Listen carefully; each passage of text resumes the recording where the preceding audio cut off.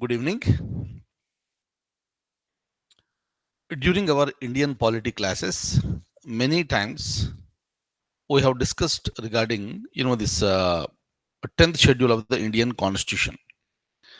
10th schedule mentions about the anti-defection law, and we also know that originally there are 8 schedules in the Constitution.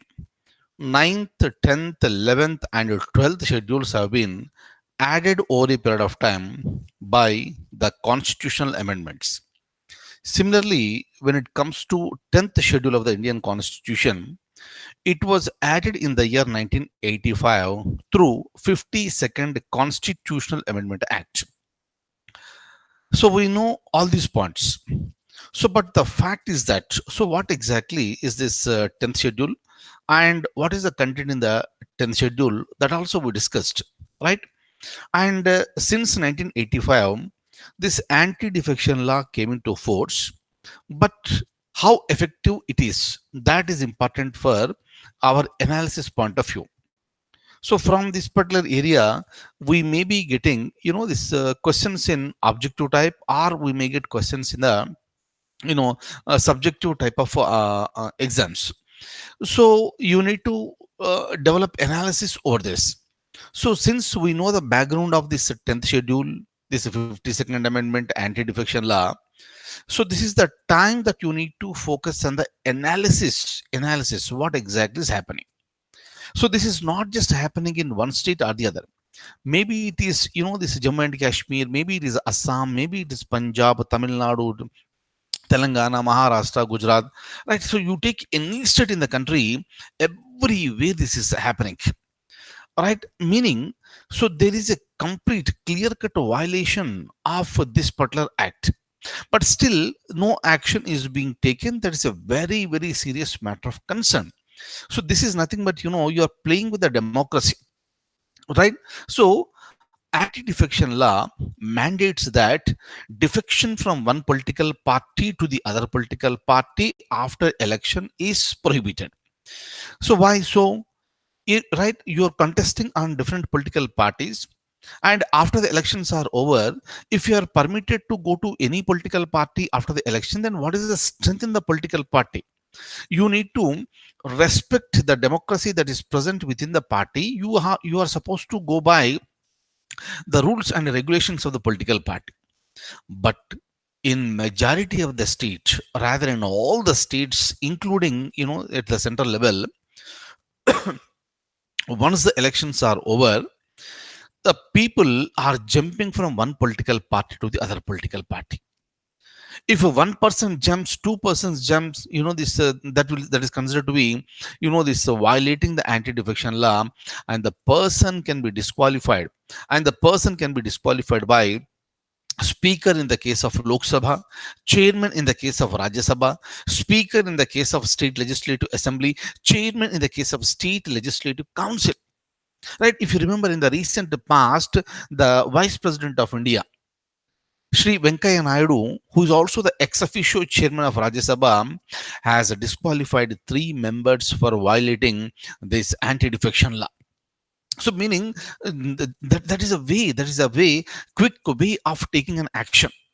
So you are not expected to keep certain things pending for a long period of time, right? If you look at most of the states, rather maybe in the Lok Sabha, speaker belongs to the ruling party. In states also, speaker belong to the ruling party. Similarly, the chairman in the Rajya Sabha or the chairman in the legislative councils, these are the people who belong to the majority party in that particular house, right? So in this case, what is happening, once the elections are over, the party that was unable to form the government, the members of the political party, they show interest to jump into the political party that has formed the government. Reason may be anything. So that if you jump from one party to the ruling party, you may be offered some ministership, or you may be this perform certain activities, right? So that the people in your constituencies may be happy. Reason may be anything. So they have become this very, very common. But the point is that how seriously and how effectively the so-called speaker or the chairman they are taking the action. I'll just try to tell you one example. This is what happened in a state called Telangana. Very recently, the elections were concluded in Telangana. You already know the existing political party, which is there in the government, TRS, again got majority and again it formed the government. And there is something called Operation Akarsh. So attracting the people, attracting the legislators who belong to other political party into their fold. Clear? And obviously, those political leaders, right, so look at their commitment, look at their ethics, unfortunately, so which is clearly missing in those legislators, right, ruling party. So they invite, but whether to come or not will be decided by the concerned legislators. So then what is the respect that you are giving to the democracy, and what is the respect that you are giving to the people who voted for you, right? Then when it comes to the speaker or the chairman, how quickly they are taking the decisions, that is also very very important. Unfortunately, in most of the states, the speaker in the assembly or legislative council, wherever it is existing, the chairman, they are not taking the decisions quickly to disqualify the members. Obviously, that will attract the attention of the rest of the country. And many times, generally what happens when a person jumps from one political party to the other political party, so wherever the defections have happened, the concerned party members will approach the speaker or chairman as per the case, and they will submit a petition, request the speaker or chairman to disqualify those people on the grounds of defections. But they are not taking any action. They are not taking action because the speaker or chairman, they belong to some political party, and the persons who are jumping, they're jumping into the political party to which the speaker or the chairman belong to.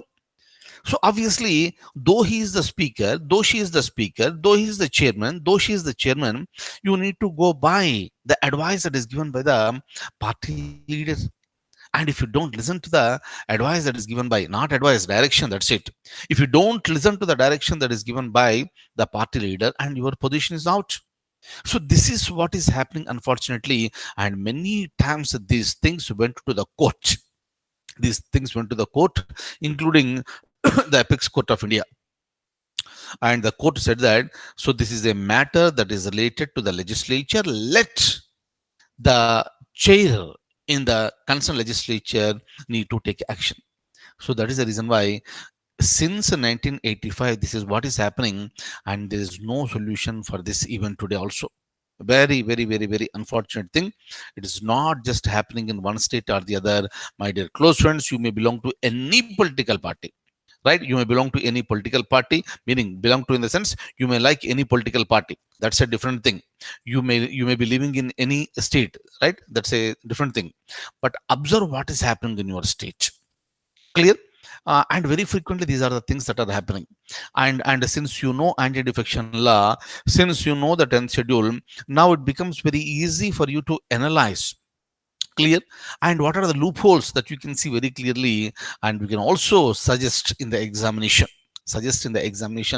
what can be done, so to remove all these loopholes.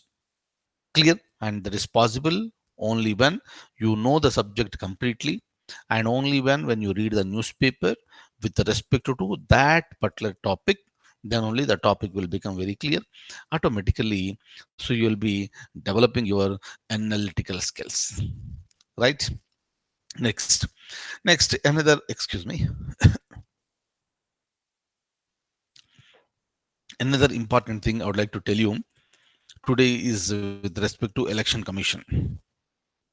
We know that there is an election commission called a central election commission at the central level, and at every state level you got a state election commission, that also we know.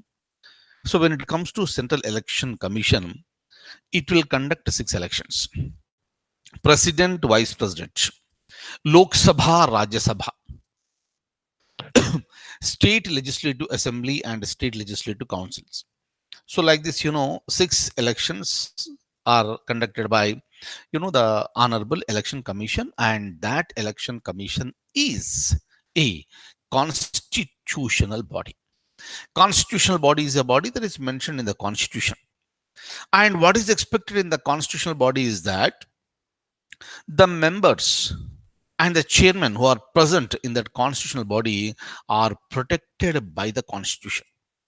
Clear? Say, for example, if you look at Election Commission of India, it is a constitutional body. How many members are there? There is a chairman, meaning there is a chief election commissioner and some other members in the election commission. Please remember, now you have a chief election commissioner and two election commissioners. It doesn't mean that the number is three, right? And the constitution says that chief election commissioner and some other election commissioners, meaning how many members should be there in the election commission is not fixed by the constitution, and that is left to the discretion of the government of India. All right. So if you look at the chief election commissioner and other members, all are appointed by the president of India on the advice of the council of ministers headed by the prime minister. So prime minister is the ultimately deciding authority who should be the chief election commissioner and who should be the other election commissioners. Fine. So this is one part. And if you look at India, we enforced our constitution year 1950. Starting from the year 1950 up to the year 1989, election commission was a single member body, meaning there was only one chairman. That is meaning there is only one chief election commissioner and no other members. So it was a single member body. For the first time in the history of India in the year 1989, two more members were appointed and they are called election commissioners. Short-lived. They were appointed in October 1989, and in January 2000, January 1990, so they were removed. October to January, that's it, very, very short period. So they were removed. Clear? Now the discussion has been started. So this is an election commission, constitutional body. Where is the protection for the members? You appointed and removed. How is it possible? Right? The discussion has been started then.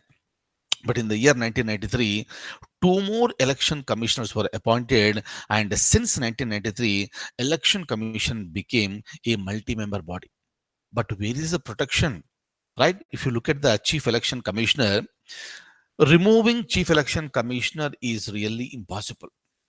Chief election commissioner will be removed on the same grounds and procedure like that of a judge of Supreme Court. We know how difficult it is to remove a judge of the Supreme Court. It's a long process. That's the reason why in the history of India so far, no judge of Supreme Court has been removed. And the same is the case with the chief election commissioner. Until and unless you provide such type of security, working with independence is really a difficult task.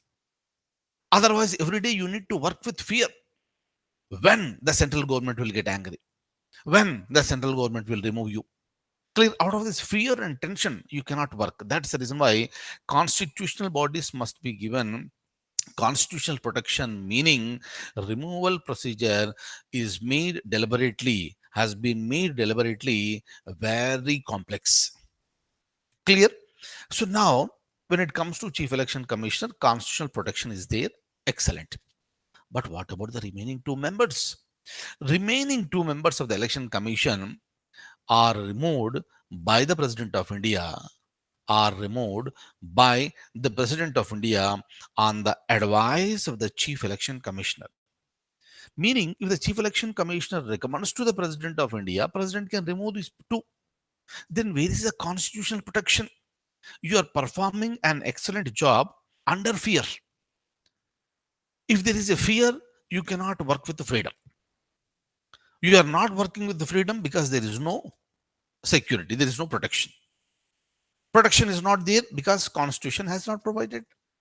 That's the reason why for quite long period there is a discussion that election commission members must be provided security by amending the constitution and making the removal procedure of the election commissioners deliberately a difficult one.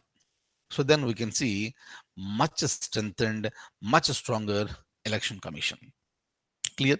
And this is there in the news. That is the reason why I hope you agree with all the statements that have been given to you. Right? That's one. Next, another important thing I would like to tell you is that with respect to sustainable development goals, and the Sustainable Development Goals Report 2018 has been released by Niti Ayog. Niti Ayog Vice Chairman Rajiv Kumar released the data.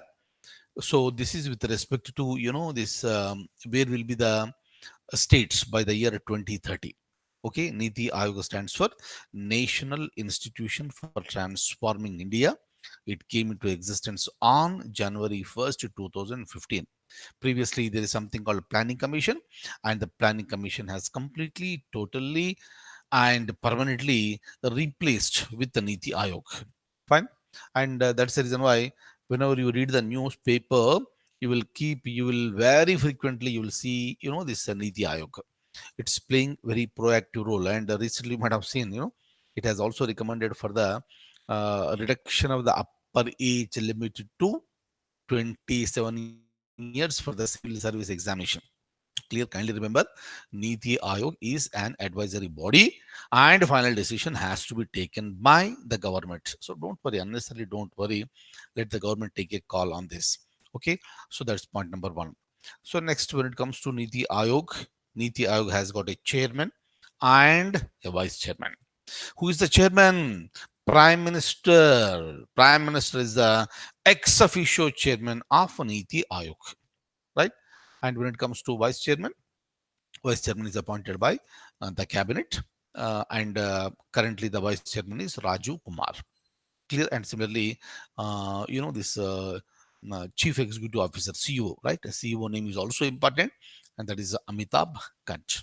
So please remember this particular points. And that's all for the day. And civil services results have been released. IAS 2018 main examination, and I congratulate all of you who cleared this particular examination, and you're heading for the interview. And very soon I'll be announcing the this interview sessions, mock interview sessions, and we'll be going ahead for that from February 4th onwards. The interviews are going to be started tentatively, right? And from next week I'm going to announce in 1 or 2 days, and we'll be starting the interview sessions, and we'll prepare well, and I'll tell you the strategies how to make points and how to feel yourself confident. All those things I'm going to tell you during this course. So thank you so much for being with me this evening, and I'll see you in the next class. Take very good care and have a wonderful weekend. Thank you so much.